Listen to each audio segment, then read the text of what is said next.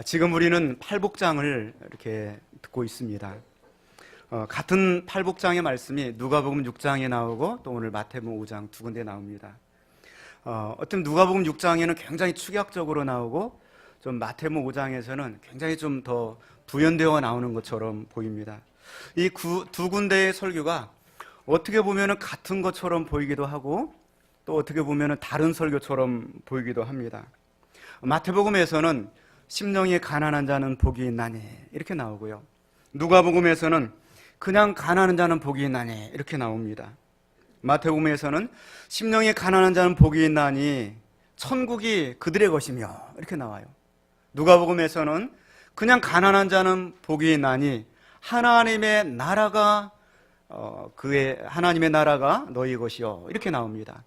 그러니까 천국이라는 단어와 하나님의 나라, 심령이 가난하다, 그냥 가난하다, 이 정도의 차이점을 가지고 나옵니다. 또 마태복음에서는 계속해서 3인칭으로 나옵니다. 그래서 우리가 계속해서 봤던 말씀이 천국이 그들의 것이며 또 그들이 위로를 받을 것이며 그들이 땅을 기업으로 받을 것이며 그들이 배부를 것이며 그들이 긍휼히 여김을 받을 것이며 3인칭 복수로 나옵니다. 근데 누가복음에서는 2인칭 단수로 나와요. 영어 성경에서 그냥 you로 나와요. you 그렇게 나와요. 너가 이렇게 될 것이다. 너가 배부를 것이다. 너가 위로받을 것이다. 그냥 너로 나옵니다. 그리고 이제 마태복음에서는 1차적인 그 말씀을 듣는 팔복의 대상자들이 제자들입니다. 마태복음 말씀 보면 예수께서 무리를 보시고 산에 올라가 앉으시니 제자들이 나온지라 이렇게 되어 있어요.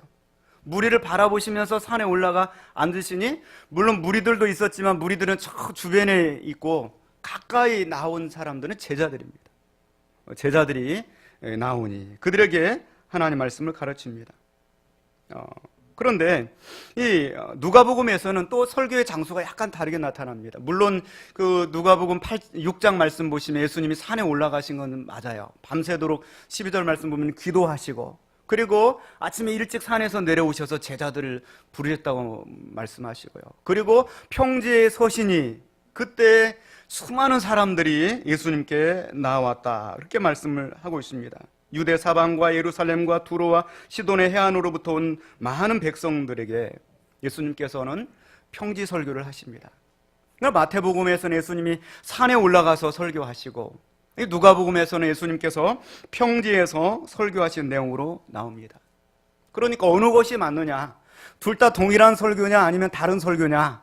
굉장히 우리가 혼란스러울 수가 있어요. 그런데 구조상으로 보면 거의 비슷합니다. 내용도 거의 대동소이합니다. 과연 이걸 우리가 어떻게 이해를 해야 될 것인가 하는 것입니다. 예수님의 설교 중에서 3년 반 동안 공생의 설교 중에서 가장 중요한 설교의 내용이 산상수훈인데 또 평지 설교인데 그 가장 중요한 내용 중에서 더 중요한 거를 뽑으라고 한다면 팔복장이에요. 팔복에 관한 말씀입니다. 이렇게 중요한 설교라고 한다면 예수님께서 과연 그 이 공생애 중에 딱 한 번만 설교를 하셨을까요? 그랬을까요? 그러지는 않으셨을 것 같아요. 여기서도 설교를 하시고 저기서도 설교를 하셨을 것 같아요. 그러면 동일한 내용을 설교를 하신다고 하실지라도 똑같이 녹음기를 틀어놓은 것처럼 반복했을까요? 아니면 그때의 상황에 맞게 조금 다르게 설교를 하셨을까요? 아마 다르게 산에서의 내용 또 관객이 누구냐 청중이 누구냐에 따라서 다르게 정말 중요하기 때문에 그 내용을 8가지 복을 설교하시면서도 다르게 아마 말씀을 하시지 않으셨을까 그렇게 이제 볼 수가 있습니다. 마태는 유태인들을 상대로 말씀을 전합니다. 유태인들에게 있어서 모세는 율법의 권위자입니다. 모세는 산에서 하나님의 율법을 말씀을 가지고 내려와서 백성들에게 전달을 해줬어요. 그러다 보니까 마태복음은 예수님께서 산에서 하나님 말씀을 백성들에게 주는 걸로 나옵니다. 그러니까 이 유태인들의 입장에서 모세의 권위와 버금가는 어떤 예수님의 권위가 더 높게 느껴지고 더 마음에 더 와닿는 것이죠. 그러나 누가복음은 많은 군중들을 상대로 많은 이방인들을 상대로 한 복음을 증거하고 있습니다. 그 중에 거의 예수님께 나온 자들이 각색 병든자들로 이야기하고 있습니다. 그 수많은 병든자들이 그 병든 몸을 이끌고 산에까지 올라오려면 힘들잖아요. 그러니까 예수님이 산에서 내려오셔서 평지에 있는 사람들에게, 병든 자들에게 이 동일한 메시지를 증거하는 것으로 나옵니다.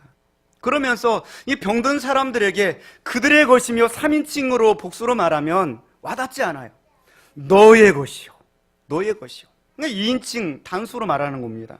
지금 가난한 자는 복이 있나니 하나님의 나라가 너희 것이며, 지금 줄인 자는 복이 있나니 너희가 배부름을 얻을 것이며, 지금 우는 자는 복이 있나니 너희가 웃을 것이요. 이러면서 직접 앞에 놓고 2인칭으로 직접 와닿게 그렇게 말씀을 전하는 것입니다. 어떻게 보면 마태의 이 청중들은 유태인들이다 보니까 성경의 어떤 기본적인 지식을 가지고 있는 이들입니다. 그러다 보니까 마태의 설교는 상당히 영적이고 추상적인 내용들이 많습니다. 그렇게 놓고 보면은 의에 줄이고 목마른 자, 그럼 누굽니까? 마태예요. 지금 그냥 배고픈 자, 그럼 누굽니까? 누가인 거예요. 애통하는 자, 약간 추상적이잖아요. 그러면 이거는 마태예요. 우는 자, 그냥 울어요. 뭡니까? 누가예요. 누가복음입니다. 그렇게 나오는 것입니다. 자, 여기까지 이 말씀을 보시고, 자, 그러면 만약에 예수님께서 2017년도 대한민국에 오신다고 한다면 어떤 설교를 하실 것 같아요? 마태복음과 같은 좀 추상적이고 영적인 설교를 하실까요? 아니면 누가복음과 같은 좀 직접 와닿는 어떤 이런 현실적인 설교를 하실까요? 우리 옆 사람에게 한번 인사하면서 한번 물어보겠습니다. 어떤 설교일까요? 한번 옆 사람에 물어보세요. 어떤 설교일까요? 네? 뭐 마태일 것 같아요? 누가일 것 같아요? 그때마다 달라요. 그러니까 마태복음이 있고 누가복음이 있는 거예요. 이 조그마한 이 자리에서도 그렇잖아요. 존 스토트는 그렇게 얘기를 했습니다. 지금까지 이제 우리가 본 이 말씀이 4가지 복을 받습니다. 그렇잖아요. 심령이 가난한 자는 복이 있나니, 또 애통하는 자는 복이 있나니, 온유한 자는 복이 있나니, 지난주에 의에 줄이고 목마른 자는 복이 있나니. 이 4가지의 복은 수직적으로 하나님을 향하는 것이다, 이렇게 그는 해석을 했어요. 그리고 이제 5번째 복부터는 옆에 있는 인간관계 속에서의 복을 말씀하신다, 이렇게 말씀하고 있어요. 예수님이 이 땅에 오셔서 설교하신 가장 중요한 이 설교의 축복 8가지 중에서 이미 이제 4가지는 했고 나머지 4가지가 남았는데, 인간관계에 있어서 가장 중요하다고 손꼽는 복이 뭡니까? 오늘 본문에 우리가 같이 보게 될 긍휼이라는 거예요. 너무나도 중요합니다. 그래서 저는 이 긍휼이라고 하는 이 말씀을 2주에 걸쳐서 설교하려고 그래요. 너무 중요하니까. 이번 주에 오늘 설교를 하고 너무 넘쳤어요. 그래서 좀 잘라놨어요. 다음 주에 좀 보완을 해서 2번째 긍휼에 관해서 2주에 관해서 설교를 하려고 합니다. 이 긍휼이라고 하는 단어는 영어 성경을 찾아보니까 머르시 뭐 이렇게 나와 있어요. 그래서 어떤 번역에는 자비라고도 번역을 하고 긍휼이라고도 번역을 하고, 우리 성경에 자비나 긍휼이라고 나온 모든 이것들은 머르시다. 그리고 이건 자비가 되고 또 긍휼이 된다. 인간관계 속에서 가장 첫 번째로 주님이 강조하는 복이다, 이렇게 보시고서 우리 본문의 말씀 7절 말씀을 다시 한번 합독을 하겠습니다. 같이 봅니다. 긍휼히 여기는 자는 복이 있나니 그들이 긍휼히 여김을 받을 것이며. 아멘. 이 본문의 말씀 공동번역 성경 번역본을 보니까 자비를 베푼 사람은 행복하다, 역시 이제 긍휼을 자비라고 번역을 했습니다. 또 유진 피터슨이 기록한 메시지 번역본을 보면 남을 돌보는 사람은 복이 있다, 그렇게 정성 들여 돌보는 순간에 너희도 돌봄을 받는다. 혹시 여러분 중에 여러분이 이렇게 노인 되시는 부모님을 돌보거나, 그렇죠? 여러분 누군가 좀 이렇게 불편한 남을 돌보는 분이 있다면 여기 말씀에 딱 해당돼요. 남을 돌보는 너희는 복이 있다. 그렇게 정성 들여 돌보는 거 하나님 보시고 너희도 언젠가 그렇게 돌봄을 받게 될 것이다. 할렐루야. 네. 또 영어 성경 보니까 Blessed are the merciful, for they will be shown mercy, 이렇게 되어 있습니다. 그래서 역시 긍휼히 여기는 자가 긍휼히 여김을 받을 것을 그렇게 말씀을 하고 있습니다. 자, 긍휼이라고 하는 이 단어는 어쩌면 우리 옛날에 어머니들의 그 모습처럼 이렇게 보여집니다. 네. 그래서 옛날에 우리 어머니들을 이렇게 살펴보면은 굉장히 긍휼이 많았어요. 자식들이 그렇게 많았는데도 불구하고 하나하나를 다 살펴주고 긍휼히 여겨주고 그랬습니다. 근데 오늘날 좀 어머니들은 약간 이 자기 돌봄을 더 힘쓰는 것 같아요. 그래서 아이들이 정말 힘들다고 그러면 나도 힘들어. 너가 이제 알아서 할 나이가 됐잖아. 그래요. 근데 긍휼이라고 하는 단어가 굉장히 어머니적인 그러한 단어입니다. 헬라어로는 마카이리오이 오이 레모네스 오이 아우토이 레테손타이 이렇게 되어 있습니다. 그래서 이 엘레모네스라고 하는 단어 바로 긍휼이라고 하는 단어입니다. 자, 우리나라가 현재 정말 긍휼이 필요한 나라인 것 같아요. 뭐 촛불이냐 태극기냐 아니면 횃불이냐 서로를 지적하기보다 하나님은 우리에게 원하는 것은 긍휼인 것 같아요. 서로 그런 모습을 보면은 얼마나 불쌍해요. 그렇잖아. 다른 나라들은 서로 힘을 합쳐서 지금 나아가고 있는데 우리는 지금 횃불이냐 태극기냐 촛불이냐 이러고 있으니까 얼마나 불쌍해요. 우리나라 가운데 좀 긍휼이 있으면 좋지 않을까 생각을 해보게 됩니다. 잠언서 17장 5절 말씀 보면 이런 말씀이 있습니다. 가난한 자를 조롱하는 자는 그를 지으신 주를 멸시하는 자요. 그렇게 되어 있습니다. 여러분 주변에 살면서 정말 가난하고 힘든 이웃들이 있습니다. 혹시라도 여러분 마음속에 그들에 관해서 긍휼히 여기는 마음보다는 그를 나보다 좀 낮게 여기고 얕잡아 보고 그런 마음이 있다고 한다면 하나님은 분명히 말씀하시기를 누구를 얕잡아 보는 것입니까? 하나님을 얕잡아 보는 것이다. 그를 지으신 하나님을 얕잡아 보는 것이다. 오늘도 이제 9시 30분에 우리 블러스온 요한원에서 주일 예배를 드리고 여기에 왔습니다. 많은 또 어르신들이 오셔서 그 중에 절반은 이 반신불수, 몸이 이렇게 온전치 못합니다. 앞으로 몸이 쏟아져서 휠체어에 끈으로 묶어놓고 그리고 와서 예배를 드립니다. 어떤 분은 아무리 해도 몸이 돌아가서 나오지 않아요. 눈도 한쪽은 이 백내장이 오고 한쪽은 또 그나마 또 마비가 와서 잘 보이지 않아요. 그런데도 막 이렇게 하면서 찬송을 불러요. 예배를 드립니다. 그분 한 분 한 분들을 하나님은 건강한 우리들과 똑같이 보십니다. 그들을 향한 긍휼의 마음을 가지고 있어야 된다. 그렇지 못하면 하나님께서 참으로 우리도 그렇게 대우하겠다고 말씀을 하고 있는 것입니다. 어쩌면 오늘 이 본문의 말씀은 참 좋은 말씀입니다. 인간이 정말 첫 번째로 인간과의 관계에서 이 하나님의 자녀된 자들이 가져야 될 덕목이 긍휼이라는 것입니다. 자비라는 것입니다. 그런데 오늘 이 말씀을 또 우리가 그냥 듣고 흘려버리면 안 됩니다. 이번 한 주간 동안 다음 주에 걸쳐서 2주간에 걸쳐서 긍휼을 여러분에게 전달을 하겠습니다. 제 속에서 할 수 있는 한 강하게 전하려고 합니다. 여러분 들으시고 한 주간 동안에 이 말씀대로 살아야 됩니다. 내가 아무리 부담스러워도 성경 안에 있는 말씀은 말씀이고 나는 나고 이렇게 살면 절대로 안 됩니다. 그 성경 안에 있는 그 말씀이 오늘 나에게 주시는 하나님의 명령으로 들려야 됩니다. 그래야만 이 세상이 달라져요. 그래야만 우리나라의 소망이 있고요. 여러분의 가정의 소망이 있게 될 줄로 믿습니다. 요한복음 15장 말씀에 너희가 내 안에 거하고 내 말이 너희 안에 거하면 그러면 무엇이든지 원하는 대로 구하라. 그리하면 이루리라. 이렇게 말씀 주시리라 말씀하고 있습니다. 우리가 기도하기 이전에 먼저 하나님 말씀이 우리 안에 거해야 됩니다. 그리고 그 말씀대로 우리가 살아야 됩니다. 그럴 때 우리의 기도한 것이 무엇이든지 하나님은 들어주실 게다. 그렇게 우리에게 말씀해 주고 있는 것입니다. 긍휼이라고 하는 단어가 히브리어의 헤세드입니다. 헤세드, 은혜, 자비 그런 뜻이죠. 이 헤세드라고 하는 이 단어는 단지 머릿속에서만 갖고 있는 사랑을 말하지 않습니다. 어떻게? 불쌍해서 어떻게?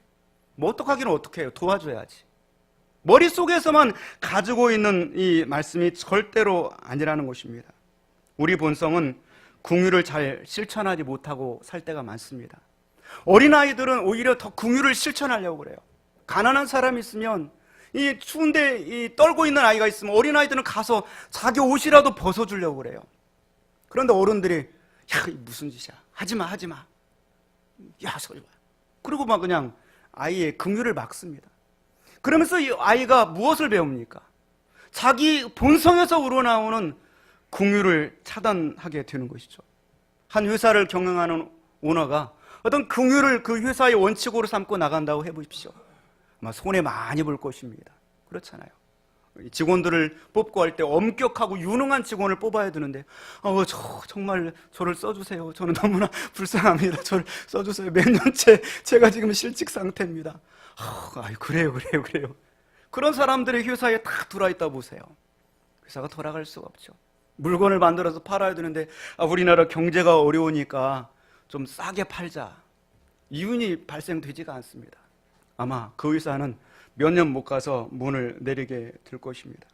어쩌면 우리는 이러한 사회 속에 살다 보니까 우리의 마음속에 긍휼에 관해서 철저하게 알면서도 문을 닫고 있습니다.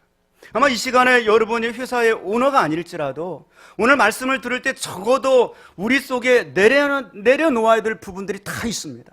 왜요? 우리가 이만큼 긍휼을 실천하며 살지 못했기 때문입니다. 여러분, 지난 한 주간 동안 경제활동을 했을 것입니다. 여러분이 지출한 지난 한 주간 동안에 지출한 머니, 돈 중에서 얼마나 긍휼을 실천하기 위해서 썼습니까?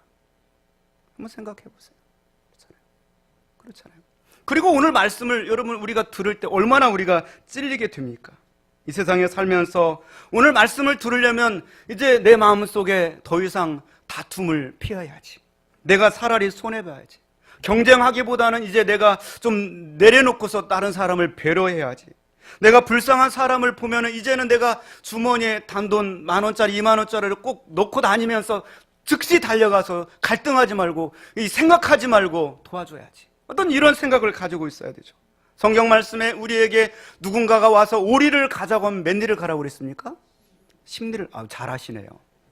근데 만약에 오늘 예배 마치고 누군가가 여러분의 집 이마트까지만 좀 안내해달라고 하면 제가 평내까지라도 모셔다 드리죠. 그렇게 하겠습니까? 오리를 가자고 하면 10리를 가야 되잖아요. 오른밤을 탁 때리면 왼밤도 돌려야 되는 게 긍휼인데요. 그렇잖아요. 속옷을 벗어달라고 그러면 잠깐만 기다려보세요. 겉옷까지 벗어줘야 돼요. 이 추운 날에. 그게 긍휼입니다. 적어도 이렇게 살아야 된다. 이것이 하나님의 마음이다. 이렇게 인간관계 속에서 어머니의 마음이에요. 어머니나 되니까 아들이 고민이 있어가지고 오리를 가져와 내가 10리라도 가주지. 그렇잖아요.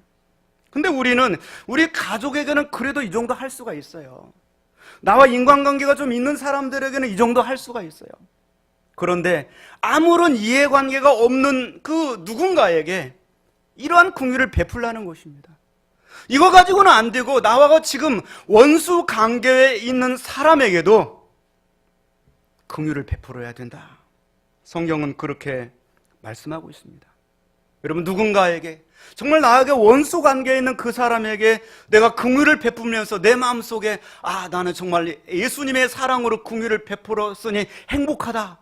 그런 마음이 들어야 되는데 우리는 그렇지 않고 내가 밟은 느낌이다.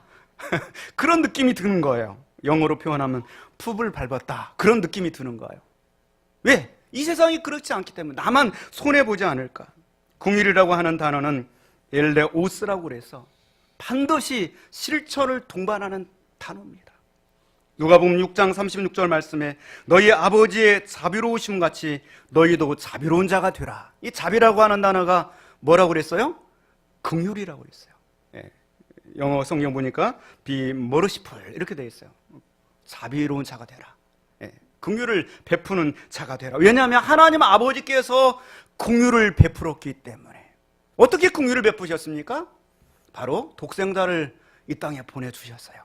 만약에 하나님 아버지께서 이 인류가 불쌍해서 어떻게 하고 머릿속으로만 사랑과 긍휼을 가지고 있었다면 우리는 절대로 구원받지 못했을 것입니다.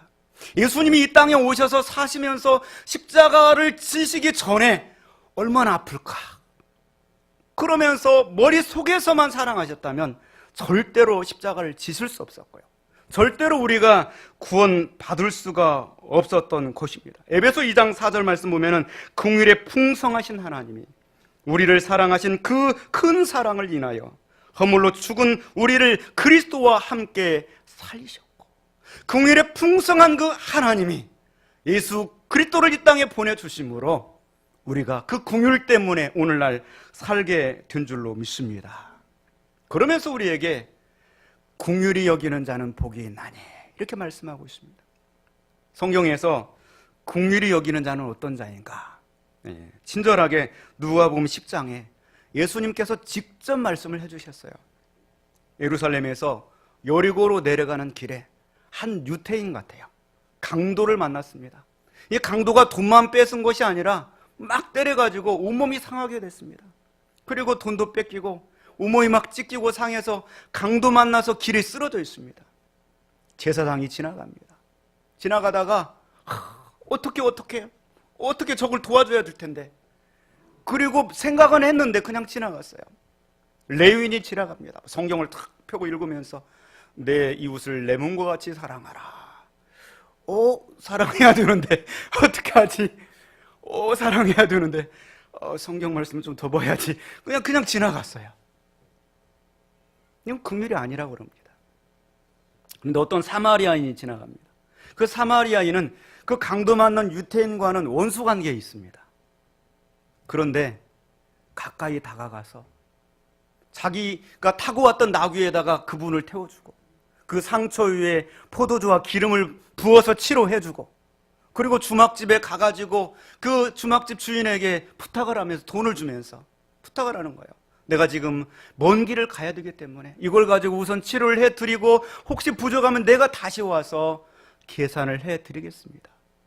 그러면서 예수님이 질문합니다. 누가 강도 만난 자의 이웃이냐? 누구라고 말합니까? 자비를 베푼 자니이다. 자비가 뭐라고 그랬습니까? 메르시, 긍휼입니다. 긍휼을 베푼 자입니다. 그때 예수님께서 뭐라고 말씀하십니까? 너희도 가서 그와 같이 하라. 이게 하나님 말씀입니다. 바로 너희도 가서, 오늘 예배를 마치고 나서 여러분도 가서 그렇게 사십시오. 이게 하나님의 말씀인 것입니다. 예수님의 친동생인 야고보는 그의 야고보 2장 13절 말씀에 긍휼을 행하지 아니하는 자에게는 긍휼이 없는 심판이 있으리라, 이렇게 말씀하고 있습니다. 얼마나 무서운 말씀입니까? 내가 누군가를 긍휼히 여기고 실천하지 않으면 나도 긍휼히 여기지 못할 것이다. 긍휼을 받지 못할 것이다. 그렇게 말씀하고 있습니다. 공동번역 성경은 더 아주 심각하게 번역을 했습니다. 무자비한 사람은 무자비한 심판을 받게 될 것이다. 이렇게 번역을 했어요. 여러분, 무자비는 뭡니까? 긍휼이 없는 겁니다. 긍휼을 베푸시기를 주님의 이름으로 축원을 드립니다. 그런데 우리는 이 긍휼을 베풀기가 쉽지 않습니다. 왜냐하면 내가 긍휼을 베풀고, 그렇잖아요. 오른밤을 때리는데 왼밤을 돌려대라고 그랬는데 막상 또 말씀 앞에 서니까 지금 어렵잖아요. 왼밤을 돌려대고 그렇게 받다 보면 내 얼굴은 퉁퉁 부어오를 텐데 어떻게 하지? 그렇잖아요. 오리를 가라고 그러면 심리를 같이 가져오라고 그랬는데 얼마나 고민이 있으면 오리를 같이 가두려고 했어요. 심리를 같이 그러다가 나는 내 할 일을 못하고 그 사람이 그렇게 코 꿰어가지고 하루를 낭비하게 될 텐데, 속옷을 달라고 하면 겉옷까지 벗어줘야 하는데 그렇게 벗어주면 나는 추울 텐데. 너무나 어려운 말씀입니다. 하나님께서는 다시 한번 우리에게 말씀해 주십니다. 마태복음 18장 말씀입니다. 1만 달란트 빚진 자의 비유입니다. 예수님께서 말씀하십니다. 오늘날 임금이 있는데 그 임금의 신하가 그 임금에게 엄청난 손해를 끼쳤다. 빚을 졌다. 무려 1만 달란트다. 여러분, 1만 달란트 하면은 우리에게 와닿지 않습니다. 근데 금 한 달란트가 얼마냐? 금 한 달란트는 250년 연봉입니다. 금 한 달란트가. 그러니까 우리가 돈을 벌어가지고 250년 동안 하나도 안 쓰고 저축을 해놔야 금 한 달란트를 우리가 마련을 할 수가 있어요. 그런데 1만 달란트라고 그랬어요. 1만 달란트는 2,500만 년 동안 돈을 우리가 한 푼도 안 쓰고 월급을 저축을 해야 모아지는 돈. 우리 돈으로 하면 8조에서 10조가 됩니다. 조 단위 돈은 엄청난 돈이에요. 2,500만 년 동안 살면서 월급을 모아놔야만 되는 돈, 엄청난 돈입니다. 그런데 그 엄청난 돈을 갚으라고 말을 하는 거예요. 그런데 그 신하가 도저히 할 수가 없습니다. 임금이 말해요. 너희 부인도 팔고 자식도 팔고 다 팔아라. 그래봐야 얼마나 되겠어요. 제가 도저히 할 수가 없습니다. 막 어떻게 해요? 살려주세요, 살려주세요. 그때 임금이 통 크게 용서해 줍니다. 그래, 너를 보니까 부인 팔고 자식 다 팔아도 얼마 들 것 같지 않으니까 내가 다 용서해 주마. 앞으로 잘 살아라. 이렇게 용서를 해줬습니다. 얼마나 큰 은혜를 받았습니까? 그리고 막 기분이 좋아가지고 집으로 돌아오는데 어느 길목에서 자기에게 100데나리온 빚진 사람을 만나게 됩니다. 이거는 100데나리온은 얼마입니까? 한 데나리온은 하루 품삯입니다. 100데나리온이면 100일 품삯이죠. 우리 돈으로 따지면 100만 원이 좀 못 가나요? 못 가나요? 그러게 되겠네요. 100데나리온 빚진 자를 붙들고서 멱살을 붙들고 막 빚 갚으라고 막. 그 사람이 또 자기가 했던 것처럼 사정, 아유 제발 좀 제가 얼마든지 해서 꼭 갚겠습니다. 그랬어요. 그랬더니 됐고 우리 공의대로 하자. 감옥에 넣어버렸어요. 공의대로 했는데 감옥에 넣어버렸어요.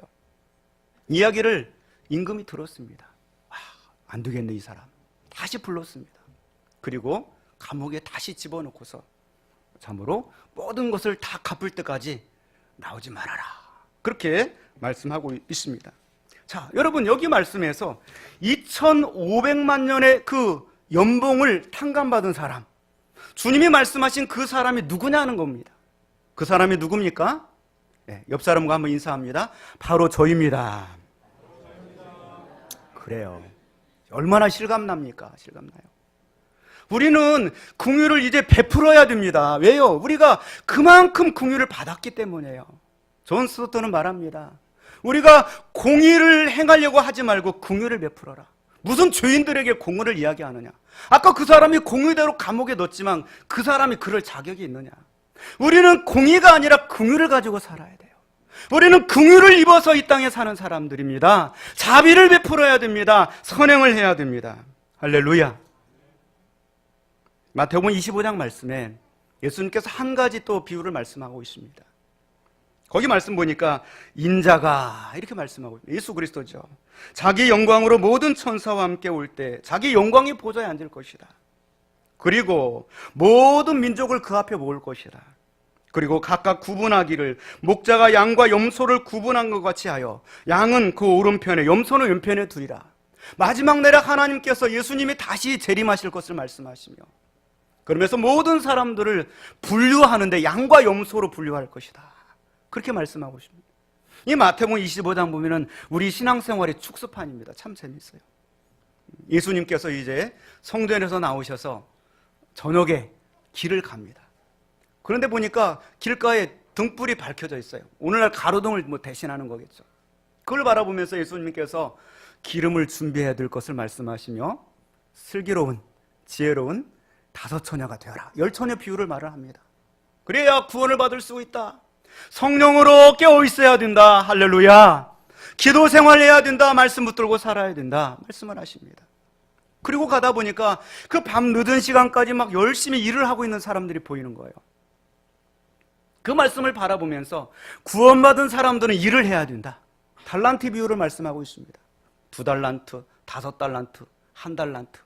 2달란트, 5달란트 받은 사람처럼 열심히 일을 해야 된다. 하나님의 구원받은 사람들은 하나님의 교회에서 봉사도 하고 충성도 하고 열심히 일해야 된다. 그렇게 말씀하고 있습니다. 그리고 세 번째 내용이 양과 염소의 내용입니다. 양과 염소의 내용. 열심히 일을 하는 것으로 끝나지 말아야 된다. 이 양과 염소의 비유를 이야기하면서 한 무리는 의로운 사람이라고 양이라고 말을 하고요. 한 무리는 악인들이라고 말하면서 염소라고 말을 합니다. 그런데 그 기준을 바라보니까 이렇게 말씀하고 있습니다. 내 아버지께 복받을 자들이여. 양에게 말하는 거예요. 그러면서 나와 창세로부터 너희를 위하여 예비된 나라를 상속받으라. 내가 줄일 때 너희가 먹을 것을 주었고 내가 목마를 때 마시게 하였고 내가 나그네 되었을 때 영접하였고 헐벗을 때 옷을 입혔고 병들었을 때 돌보았고 옥에 갇혔을 때 와서 보았느니라. 이렇게 칭찬을 합니다. 그때 그 우편에 있는 양들이 말합니다. 주여 저희가 언제 주님께서 그렇게 병들었을 때 돌보고 옥에 갇혔을 때 돌아보고 나그네 들였을 때 영접하고 목마를 때 마시게 하고 배고팠을 때 먹게 해드렸습니까? 우리는 그렇게 한 기억이 없습니다. 그때 예수님께서 뭐라고 말씀하십니까? 여기 내 형제 중에 지극히 작은 자 하나에게 한 것이 곧 나에게 한 것이니라. 할렐루야. 그렇게 말씀하고 있습니다. 그렇잖아요. 열처녀 비유, 구원 받아야 된다, 성령 충만해야 된다, 기도해야 된다. 달란트 비유, 기도하고 성령 충만 받으면 일을 해야 된다, 열심히 일을 해야 된다. 그 다음 내용이 천국 가려면 지극히 작은 자 한 사람에게 긍휼을 실천해야 된다. 더 깊은 말씀을 주시는 거예요. 할렐루야. 그렇습니다. 지극히 작은 자 하나를 여러분 가다가 만나거든 얕잡아 보지 마세요. 그 사람을 지으신 하나님을 생각하면서 내가 즉시 달려가서 선을 행할 수 있는 우리가 되어가야 될 줄로 믿습니다. 야고보 2장 말씀에 행함이 없는 믿음은 그 자체가 죽은 것이라. 여러분 한 주간 동안에 여러분의 믿음을 행함으로 보이시기를 주님의 이름으로 축원을 드립니다. 지극히 작은 자 하나에게 한 것이 예수님께 한 것이라 그렇게 주님은 말씀하고 있습니다. 마지막 한 가지 말씀만 드리고 말씀을 정리하려고 합니다. 아주 오래된 영화입니다. 신들러 리스트. 머릿속에 흑백 영화가 막 생각날 거예요. 신들러 리스트. 그 신들러라고 하는 사람은 원래 기회주의자였어요. 그리고 굉장히 머리가 좋아서 사업 수완이 뛰어난 사람이었습니다. 그래서 이 녹그릇을, 이 그릇 공장을 이제 폴란드에서 운영을 하는데 어떻게 하면은 최대한 많은 이익을 남길 수가 있을까? 어떻게 하면 돼요? 인건비를 줄여야 돼요. 죄송한 표현이 인건비를 줄여야 돼요. 그래서 유태인들을 쓰는 거예요. 그때 당시에 유태인들은 막 노예처럼 팔려가고 아우슈비츠로 들어가는 시대니까 유태인들을 쓰면은 월급을 한 푼도 안 줘도 돼요. 그게 먹을 것만 주면은 그들을 채용할 수가 있었어요. 그래서 엄청난 이윤을 창출하고 있었습니다. 그러다가 어느 날 어떤 스턴이라고 하는 회계사를 만나게 돼요. 유태계인인데요. 그를 통하여서 그 똑같이 유태인도 인간이라는 것을 깨닫게 돼요. 그리고 그가 회개하게 됩니다. 그리고 자기 공장에서 1100명을 아우슈비츠로 갈 사람들, 유태인들을 살려줍니다. 건져내요. 얼마나 그 1100명을 통해서 나중에 6000명이 먹는 자녀들이, 가족들이 생겨나게 되는 거예요. 그리고 나서도 그가 마지막에 자기 차를 보면서 막 차를 발로 차면서 내가 이 차를 팔았으면 10명을 더 살릴 수 있었을 텐데, 자기의 이 넥타이 핀 반짝거리니까 이걸 바라보면 이걸 팔았으면 2사람을 더 내가 살렸을 텐데 내가 왜 긍휼을 더 실천하지 못했을까? 그리고 전쟁이 끝나고 전세가 역정되게 됩니다. 이제는 자기는 꼼짝없이 잡혀가지고 재판을 받아야 될 상황입니다. 그때 그 사람을 신도를 통하여서 긍휼을 입었던 1100명, 그 가족들이 자기의 금리를 빼는 거예요. 그리고 그걸 가지고서 반지를 만들어줘요. 반지. 그 반지 위에 유태인의 별을 그려놓고요. 그리고 나서 그들이 서명을 해서 편지를 써줍니다. 이것을 보여주면 당신은 긍휼을 입을 수가 있을 것입니다. 그렇게 도와주는 겁니다. 그 말씀을 바라보면서 야, 어쩌면 오늘 말씀하고 그렇게 좀 일치하냐, 그런 생각이 들었습니다. 요한복음 15장 말씀에 사람이 친구를 위하여 자기 목숨을 버리면 이보다 더 큰 사랑이 없나니. 여러분 한 주간 동안 긍휼을 실천하시기를 주님의 이름으로 축원을 드립니다. 오늘 7절 말씀 다시 한번 보겠습니다. 긍휼히 여기는 자는 복이 있나니 그들이 긍휼히 여김을 받을 것이며. 네, 아멘. 요즘 피터슨의 메시지는 남을 돌보는 사람은 복이 있다. 그렇게 정성 들여 돌보는 순간에 너희도 돌봄을 받는다. 다시 한번 마지막 부탁을 드립니다. 오라 프로인가 보니까 언젠가 그런 프로가 있었어요. 메이드 인 차이나 없이 한 주간 살아보기. 네. 메이드 인 차이나 없이 한 주간 살아보기. 굉장히 신선했어요. 그러고 해봐야 우리나라에 메이드 인 차이나가 얼마나 많이 들어와 있는가. 여러분 한 주간 동안 그저 하나님 말씀으로 흘려 듣지 마시고 긍휼을 꼭 실천하시길 바랍니다. 긍휼을 가지고 한 주간 살아보기. 할렐루야. 다음 주에 또 긍휼을 가지고 설교할 거예요. 또 점검을 하겠습니다. 꼭 한 주간 동안 그렇게 살아가시기를 주님의 이름으로 축원을 드립니다. 기도하겠습니다.